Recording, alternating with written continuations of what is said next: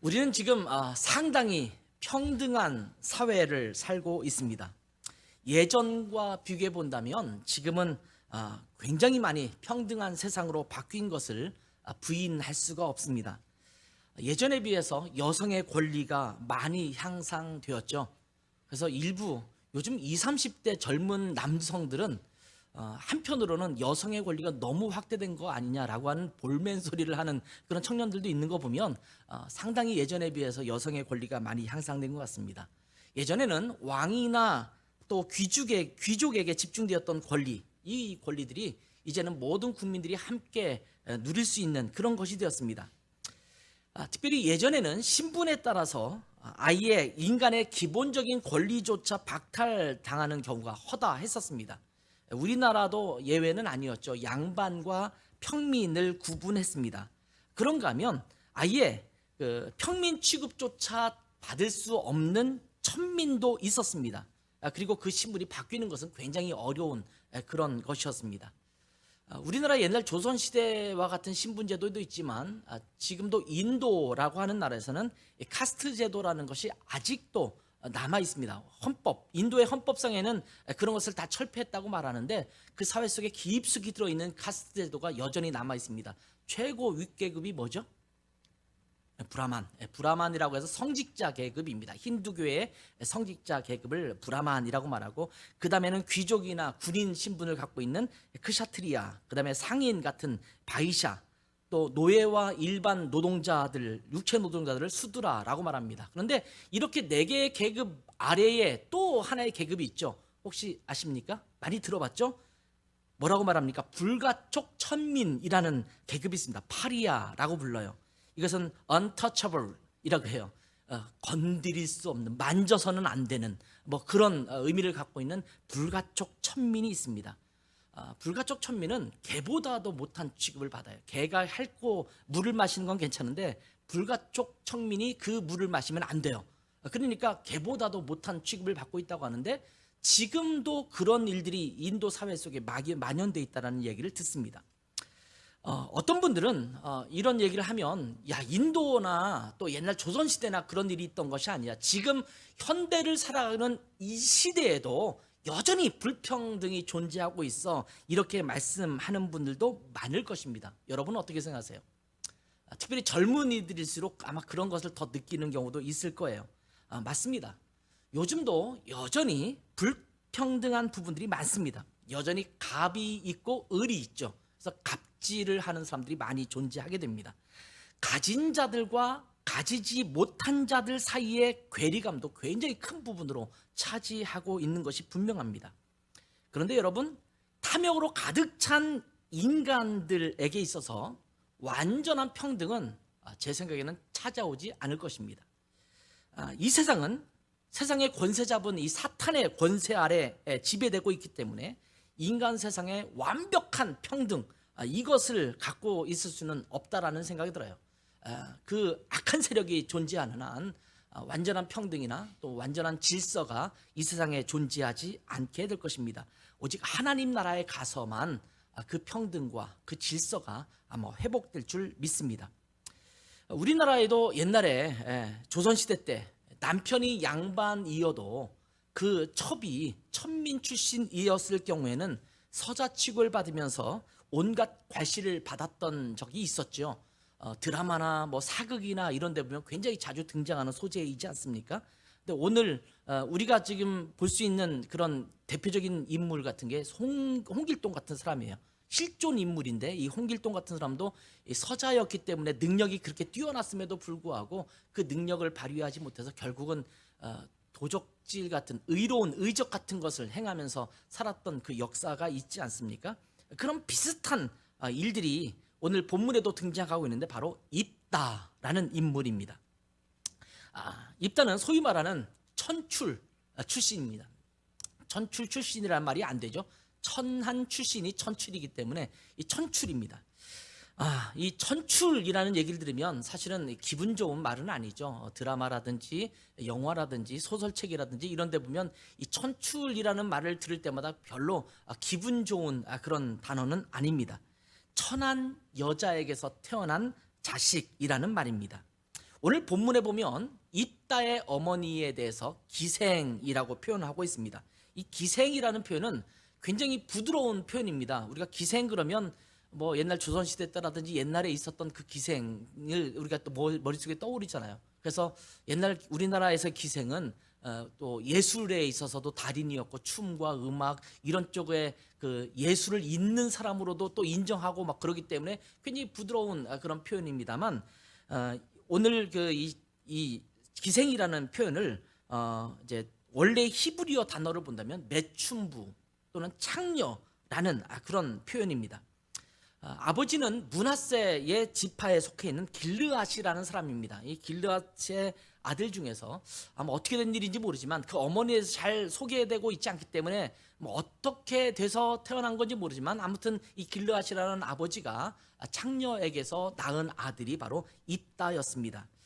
그 당시에도 창녀는 굉장히 천대를 받았던 그런 시대였습니다. 심지어 이스라엘 사람들에게는 창녀라는 존재는 굉장히 부정적인 사람으로, 부정한 여인으로 그렇게 취급을 받았습니다. 율법에 의하면 창녀는 돌로 쳐서 죽이도록 그렇게 명하고 있는 것을 보게 되면 창녀라는 신분이 결코 바람직한 신분으로 인정되지 않았던 것을 알게 됩니다. 그렇기 때문에 그런 창녀에게서 태어난 입다가 자기의 사람들에게 또 길르앗의 특별히 본처에게서 태어난 그 아들들에게 괄시를 당한다라는 것은 어쩌면 그 당시에는 당연한 일이 아닌가 이런 생각을 하게 됩니다.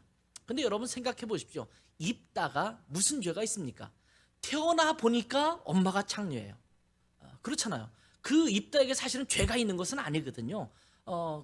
뭐 창녀라든지 창녀와 함께 성적인 관계를 맺었다든지 이런 것은 잘못이 있을지 모르지만 태어난 자녀가 무슨 잘못이 있겠습니까? 그런데 창녀의 아들이라는 것 때문에 아버지를 아버지라 부르지 못하고 집에서 쫓겨나는 그런 신세를 갖게 됩니다. 우리가 역사 드라마에서 굉장히 많이 보는 소재 중에 하나죠. 출생의 비밀 뭐 이런 것들을 담은 그런 이야기가 오늘 본문의 내용입니다.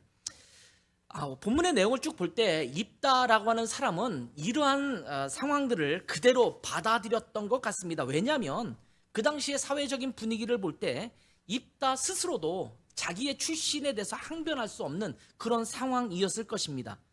뭐 항변할 수 없다고 해서 마음에 상처가 없는 것은 아닙니다. 그렇잖아요. 맞아, 내가 이런 취급을 받을 수밖에 없어, 그런 상황이야, 그런 분위기야, 이것을 인정할 수 있긴 하지만 그것이 상처가 되지 않는 것은 아니라는 것입니다. 여러분, 우리가 어떤 불이익을 당하거나 어려움을 당할 때 내가 받아들였다고 해서 상처가 없는 것은 아닙니다. 그렇기 때문에 어떤 사람이 그 불이익과 어려움을 겪고 있을 때 그 사람이 그것을 수긍하고 그럴 수밖에 없지 라고 받아들인다고 해서 그 사람을 그냥 무시하거나 다독거리지 않아서는 안 되는 거예요. 그 사람에게도 상처가 있기 때문에 그 사람을 다독거릴 필요가 있고 그 아픔을 좀 보다듬을 필요가 있습니다.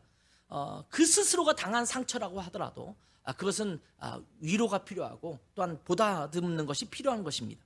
아무튼 이 입다는 결국 길르앗 집안에서 쫓겨나서 성경 히브리어 보면 토브라는 단어인데 돕이라는 지역에 가서 살게 됩니다. 근데 여러분 재미있는 역설 같은 이야기가 나오는데 이 돕이라는 지역의 뜻 이름이 좋은, 선한 또는 아름다운 그런 의미를 갖고 있는 단어입니다. 아마 거기에는 물이 풍성하고 또 토양도 기름져서 굉장히 살기가 좋은 지역이 아니었겠는가 이렇게 보통 일반적으로 추측을 하고 있습니다. 자기는 지금 집안에서 쫓겨나서 어딘가 피신해서 살고 있는데 그 지역은 굉장히 아름다운 곳이다 이렇게 말하고 있는 겁니다. 그런데 여러분 아무리 좋은 환경 속에서 살아가고 있다고 하더라도 가족들에게 괄시를 당하고 쫓겨난 입다로서는 아마 그 마음의 상처로 인해서 매우 우울한 그런 시절을 보냈을 것이라고 짐작이 됩니다.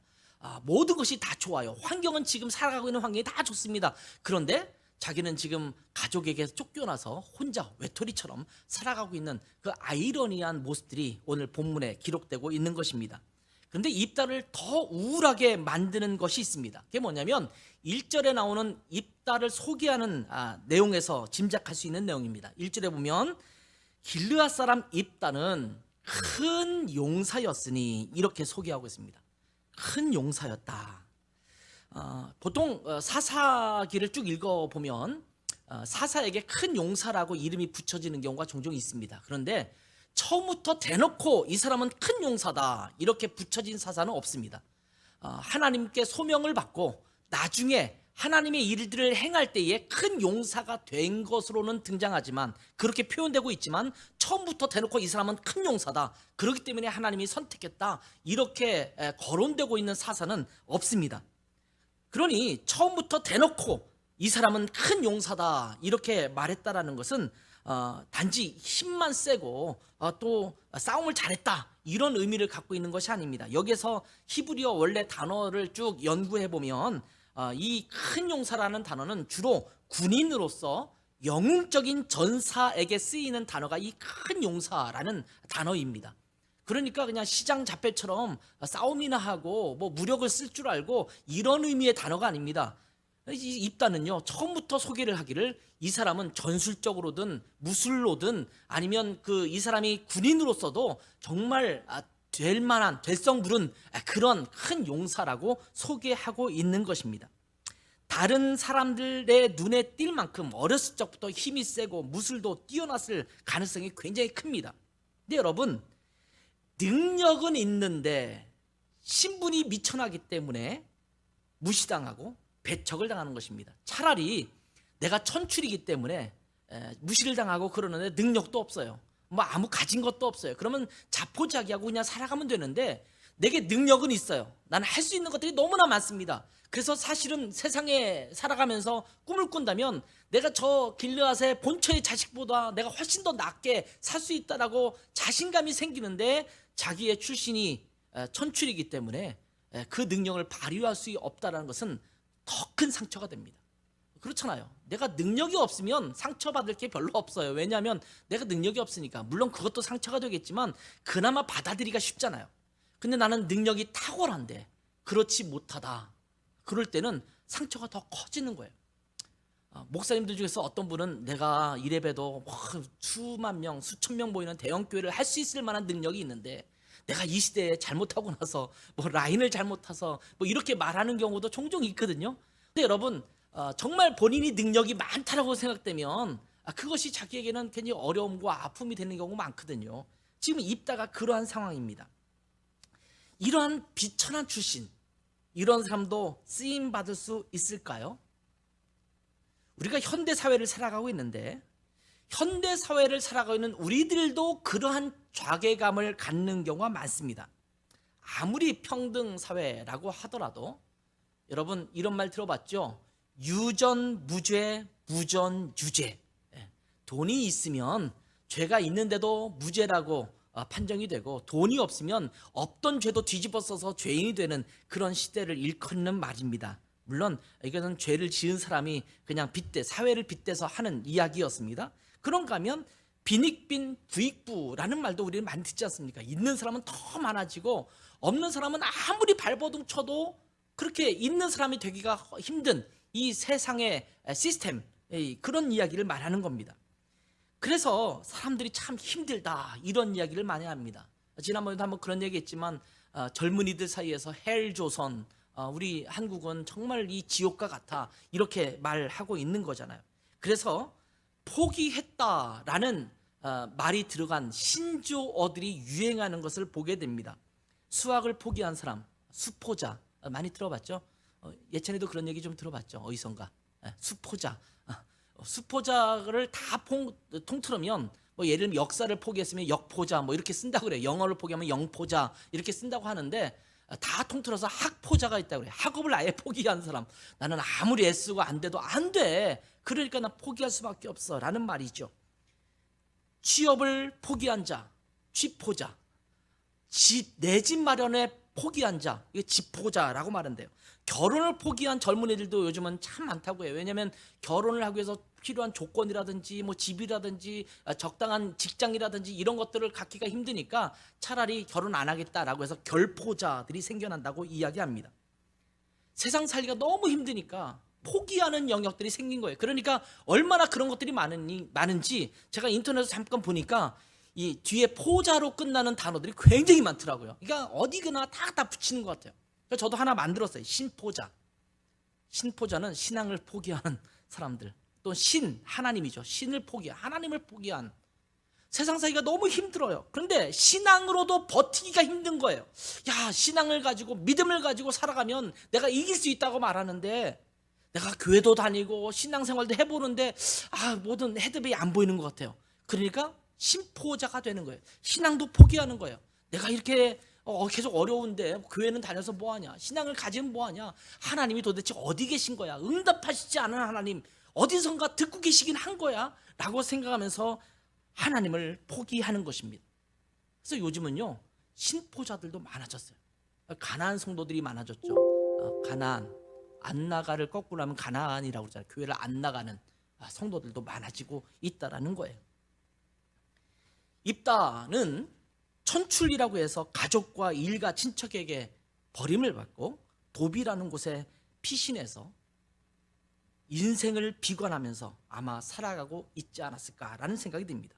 오늘 3절에 보니까 이런 말이 나오죠. 이에 입다가 그의 형제들을 피하여 돕 땅에 거주하며 잡류가 그에게로 모여와서 그와 함께 출입하였더라, 이렇게 기록하고 있습니다. 제가 설교 제목을 잡류로 살 것인가, 사사가 될 것인가 이렇게 잡았잖아요. 인생을 포기하고 나에게는 희망이 없다라고 느꼈던 입다는 도비라는 땅으로 가서 거기에 사람들과 어울리는데 유유상종이라고 하듯이 잡류들이 함께 어울려 지냈습니다. 이 잡류라는 표현을 표준 세번역 성경에서는 건달패라고 번역을 했습니다. 영어 성경 NASB, New American Standard Bible이죠. NASB에서는 worthless fellow라고 써놨어요. worthless가 뭐예요? worthless, 가치가 없는, 가치를 추구하지 않는, 가치를 갖고 있지 않는, 무가치한, 뭐 이런 말이죠. 그런 사람들을 말하는 단어가 되어 있습니다. 히브리 원어를 찾아보니까 직역을 하자면 텅 빈 자들이에요. 텅 빈 자들. 인생의 목적도 없고 의미도 없고, 내가 지금 이 땅에 살아가는 의미가 뭐냐, 그냥 대충 하루하루 살아가자라고 여기며 살아가는 것입니다. 인생의 목적을 잃고 하루하루를 무의미하게 살아가는 자들을 표현하는 말입니다.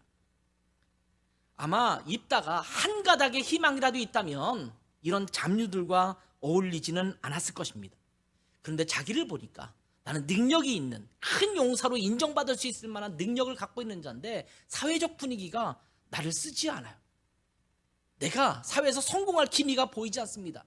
그러니까 그냥 잡류들과 어울려서 포기하면서 하루하루를 그렇게 그럭저럭 살아가고 있는 것입니다.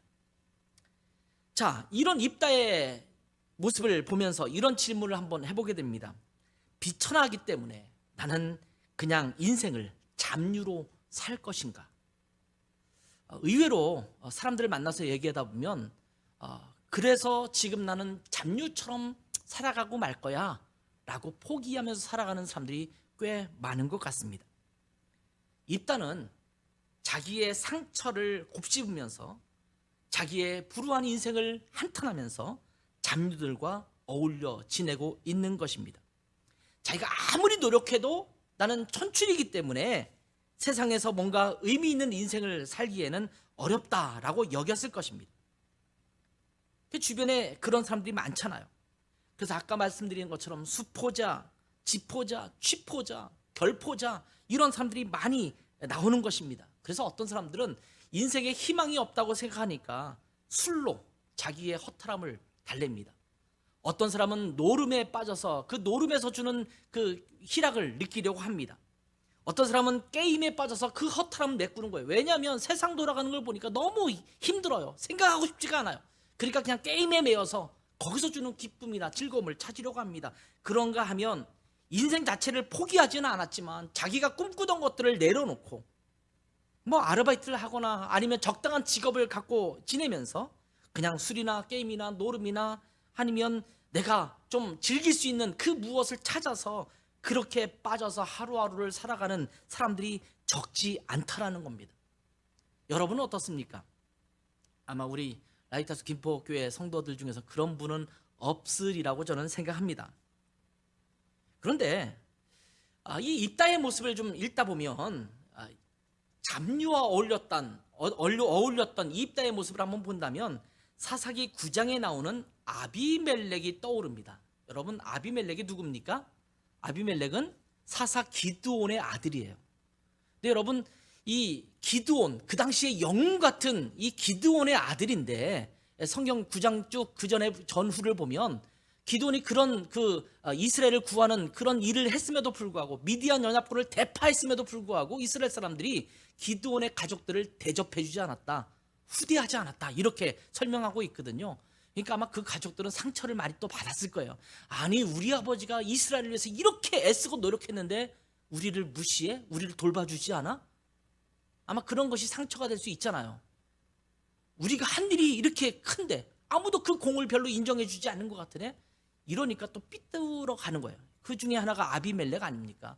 아비멜렉이 보니까, 야, 이스라엘 사람들 이 은혜도 못 갚는 놈들, 이러면서 그가 했던 일이 무엇입니까? 사사기 9장 4절에 보면 아비멜렉이 방탕하고 경박한 사람들을 사서 자기를 따르게 했다, 이렇게 말하고 있는 단어가 나오게 되죠. 여기 보면 방탕하고 경박한 사람들이라고 표현했지만 사실은 단어가 똑같아요. 어떤 단어냐면 잡류, 텅 빈 자들이라는 단어랑 똑같은 단어인데 번역을 이렇게 했을 뿐입니다. 그런가 하면 비슷하게 또 이런 사람과 어울렸던 또 한 인물이 있거든요. 누구냐면 다윗입니다. 다윗이 그런 적이 있나, 이렇게 여러분이 생각할지 모르겠어요.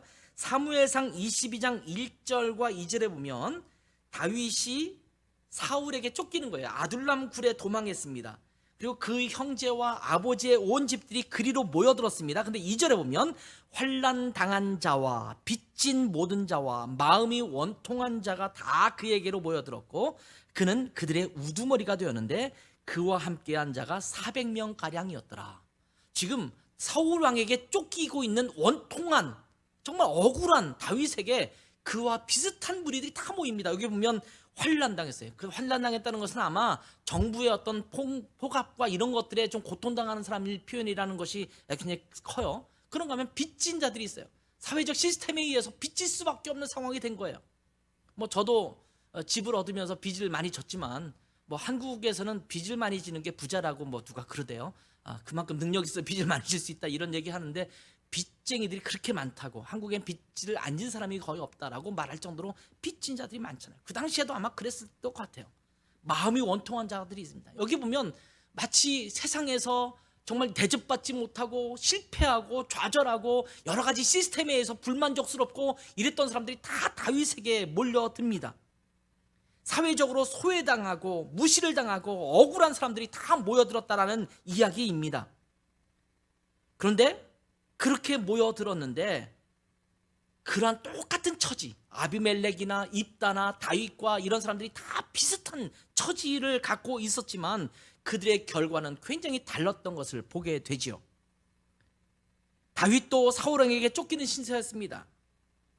그리고 자기들에게 사회적으로 소외된 자들이 다 모여드는 그런 상황이었습니다. 그러면 아마 그 지역에 우두머리가 되어서 왈패가 돼서 건달패가 돼서 사회에 대한 불만족을 갖고 그렇게 세력을 만들 수 있었을지 모르겠지만 다윗은 그렇게 하지 않았습니다. 하나님을 향한 분명한 소명이 있었기 때문에 그 사람들이 무엇을 만드냐면 다윗 공동체라고 일컬어지는 이스라엘을 새롭게 세우는 그런 하나님 나라의 그런 사람들이 되는 것을 보게 됩니다. 그런데 아비멜렉은 불만과 불평에 사로잡혀서 경박한 사람들, 이 잡류들과 어울리면서 결국은 쿠데타를 꿈꾸다가 비참하게 죽는 그러한 결과를 맺게 됩니다. 입다도 비슷한 처지에 있습니다. 불우한 처지로 인해서 잡류들과 어울렸습니다. 그렇지만 오늘 성경을 쭉 읽다 보면 입다는 자기의 인생을 포기하지 않았던 사람인 것을 알게 됩니다. 입다는 하나님을 놓지 않았습니다. 하나님을 끝까지 붙들고 있었습니다. 여러분, 내 처지가 어떤지를 한탄하기에 넘어서서 내가 그 상황에서 어떤 태도를 갖고 살아가느냐, 그것이 무엇보다도 중요하다는 것을 말씀해 주고 있습니다. 보면 암몬 자손이 이스라엘을 치려고 하는 그런 위기가 찾아오자 길르앗의 장로들이 입다에게 와서 우리의 장관이 되어달라 이렇게 요청합니다. 이 장관이라는 표현은 군대의 지휘관을 좀 맡아달라 이렇게 말하고 있는 겁니다. 암몬과 싸워야 되는데 우리에게는 너 같은 인물이 없어. 그러니까 그 정도가 된다면 아마 이스라엘 전체적으로 보면 인물이 없었던 것 같아요. 그러니까 입다에게 옵니다. 사사기를 읽으면서 참 재미있는 현상 중에 하나는 뭐냐면 인물들이 없었다라는 거예요. 정말 쓸만한 인물이 있는 것이 아니라 인물이 없는 중에 우리가 일반적으로 생각할 때는 연약하고 약하고 소외되고 인정받지 못할 만한 사람들이 일어서서 사사로 사용되는 것들을 많이 보게 되거든요. 근데 입다도 비슷한 인물입니다. 어쩌면 인물이 있었으면 입다에게까지 쫓아오지 않았을 겁니다. 그런데 이 길르앗 장로들이 입다에게 와서 우리의 장관이 되려고 말합니다. 그래서 입다가 뭐라고 말하냐면 당신이 나를 쫓아낼 때는 언제고 이제 와서 너희들이 위기에 있다고 해서 나를 지금 장관 삼겠다고 한다고? 하면서 오히려 비난하는 말들을 하게 되죠. 그러자 길르앗 장로들이 장관 플러스 알파를 또 이야기합니다. 처음에는 군대 장관만 이야기한 거예요. 그런데 거기에 우리의 머리가 되게 해주겠다. 이것은 우리의 지도자, 뭐 왕이라고 표현했지만 왕과 같은 자로 삼겠다라고 말합니다. 굉장히 다급했던 상황입니다.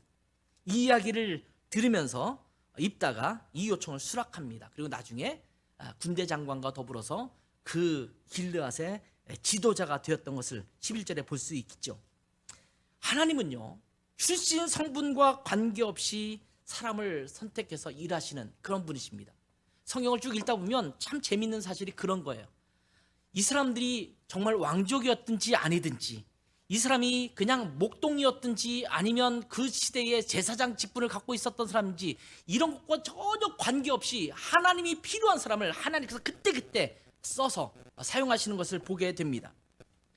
여러분, 고린도전서 1장 27절부터 29절 말씀을 함께 읽어볼까요? 여기서 그런 말씀들을 우리 가운데 해주시고 있죠. 같이 읽습니다. 시작. 그러나 하나님께서 세상에 미련한 것들을 택하사 지혜 있는 자들을 부끄럽게 하려 하시고, 세상에 약한 것들을 택하사 강한 것들을 부끄럽게 하려 하시며, 하나님께서 세상에 천한 것들과 멸시받는 것들과 없는 것들을 택하사 있는 것들을 폐하려 하시나니, 이는 아무 육체도 하나님 앞에서 자랑하지 못하게 하려 하심이라. 하나님의 일은요, 세상의 권력과 지혜와 학벌을 통해서 이루어지는 것이 아닙니다. 출신 성분이 좋아야 하나님의 일을 하는 것도 아닙니다. 다른 사람들에게 무시당하고 사회적으로 능력을 발휘할 수 없는 부조리한 상황 속에 놓여져 있다 하더라도 하나님께서 선택하시면 그 어떤 사람이라도 하나님의 일에 사용되는 것입니다. 이것이 성경 면면에서 우리에게 말씀해 주시고 있는 메시지 중에 하나입니다. 그렇기 때문에 우리의 능력이나 우리가 갖고 있는 것들 또는 우리를 둘러싸고 있는 사회적 상황들, 이런 것들을 보기에 앞서서 하나님께서 우리를 또 나를 어떻게 사용할 것인지를 주목하는 것이 필요합니다. 어떤 한 사람도 하나님께서 사용하시지 않을 사람이 없어요. 그런데 하나님께 사용되느냐 안 되느냐는 그가 하나님을 주목하고 있느냐 그렇지 못하고 있느냐의 차이일 뿐입니다. 여러분, 옆에 있는 지체들을 하나님께서 어떻게 사용할지 주목해서 봐야 합니다. 저도 두 아들이 있지만 하나님께서 두 아들을 어떻게 사용하실지 주목해서 보고 있어요. 두 아들이 정말 탁월하고 훌륭하고 막 그러기 때문에 보는 게 아니에요. 그들이 하나님께만 향하고 있다면 하나님께서 그들을 사용하실 줄 믿기 때문입니다. 우리 여기 청년들이 있잖아요. 청년 3명이 있네요. 청년들도 하나님께서 사용하실 줄 믿습니다. 중요한 것은 하나님을 주목하고 있는 거예요. 선지자들 중에서도 하나님 때가 언제입니까? 왜 하나님 잠잠하고 있습니까? 이렇게 외치고 그렇게 고백하지만 그런 자들에게도 하나님께서 늘 말씀하시죠. 기다려, 때가 있어. 그때까지 잠잠히 하나님을 바라보고 있는 거예요.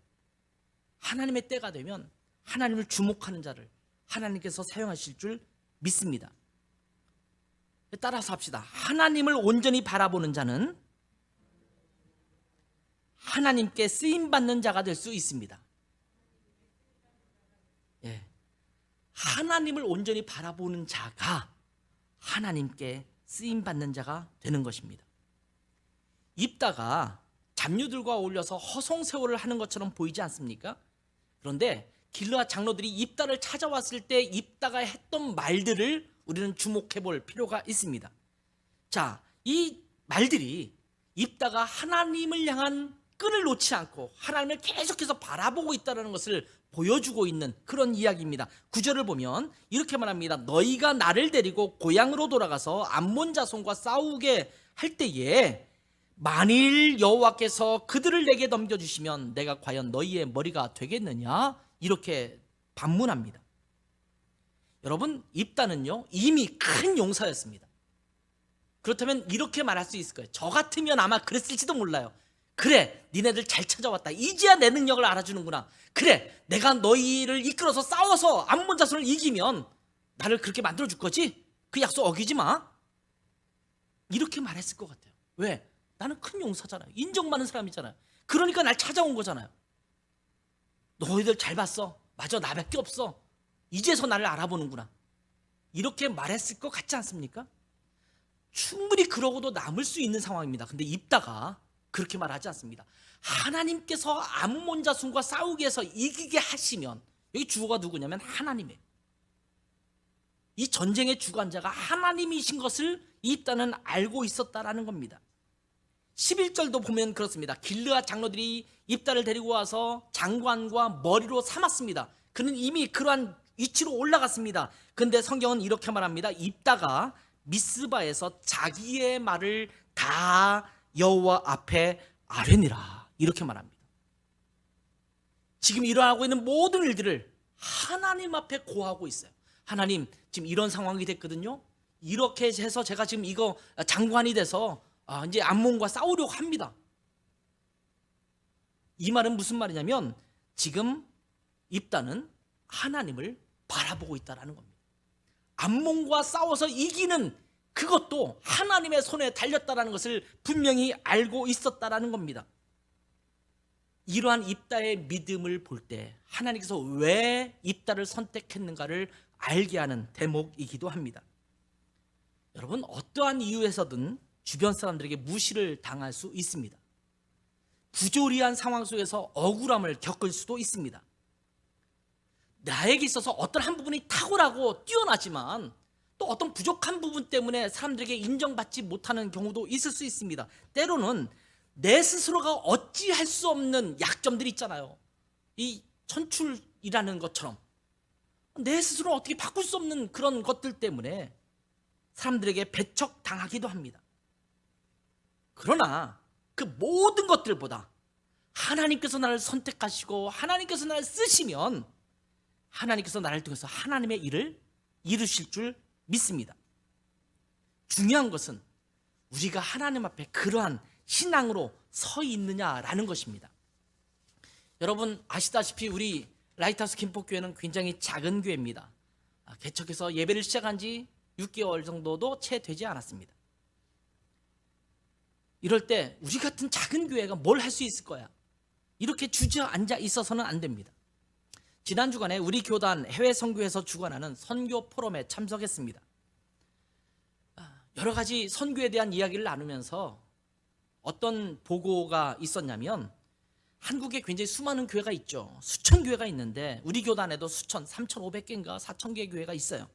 그런데 이 교회들 중에서 매달 얼마가 됐든 간에 한 명 이상의 선교사를 후원하는 교회가 그 전체 교회 중에서 20%밖에 되지 않습니다.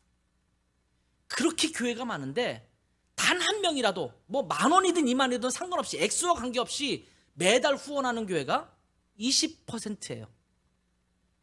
놀랍게도 저희는 그 20%에 포함된 교회입니다. 놀랍죠? 놀랍지 않습니까? 아니, 그렇게 많은 교회가 있는데 왜 후원을 안 할까요? 아마 딱 한 가지 이유일 겁니다.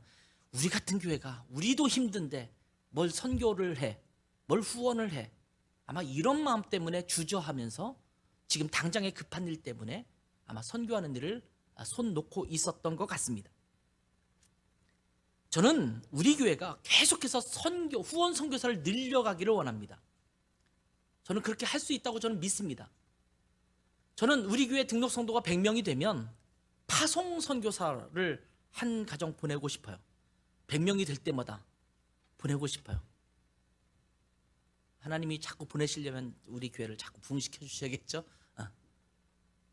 파송은 굉장히 많은 돈이 드는 거 알죠? 150만 원 뭐 보통 그러니까 교단별로 이렇게 쭉 한 달 선교사들에게 나가는 기초 비용이 얼마를 모금해야지 보내냐라고 할 때 한 350만 원 정도를 모금해야지 보낸다고 하더라고요.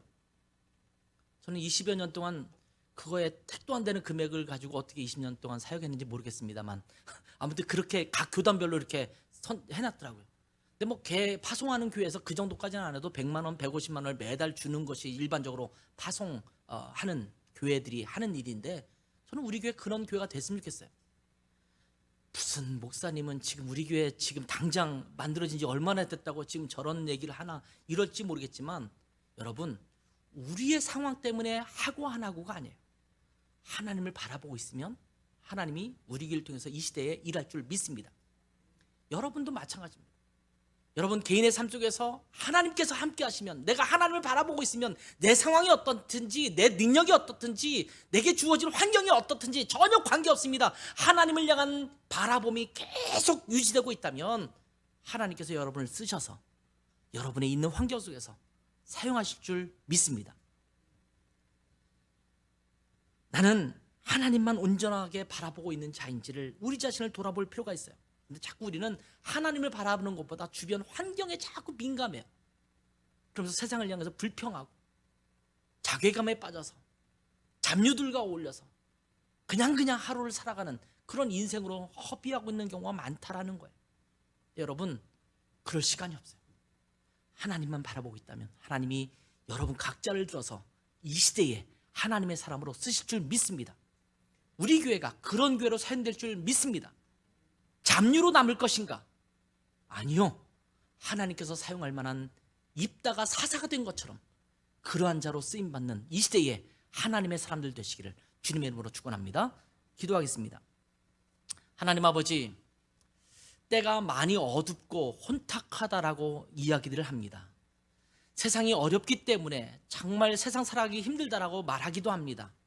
네, 하나님 여기에 주저앉아 있는 저희들 되지 않게 도와주시고 하나님께서 이 어둡고 혼탁한 시대에 쓰시고자 하는 자를 부르시고 찾으실 때에 하나님을 온전히 바라보고 있음으로 말미암아 내 온갖 상처와 부조리와 아픔과 고통 그 속에 있다 하더라도 우리를 들어 쓰시는 하나님의 능력을 저희가 맛볼 수 있도록 축복해 주시옵소서. 여기에는 가정이 그렇게 쓰임받게 도와주시고 여기에는 자녀들이 그렇게 쓰임받게 도와주시고 우리 라이트하우스 김포교회가 그렇게 쓰임받게 도와주시고 우리 자신이 그렇게 주님 앞에 쓰임받는 저희들 될 수 있도록 은혜 베풀어 주시옵소서. 예수님의 이름으로 기도했습니다. 아멘.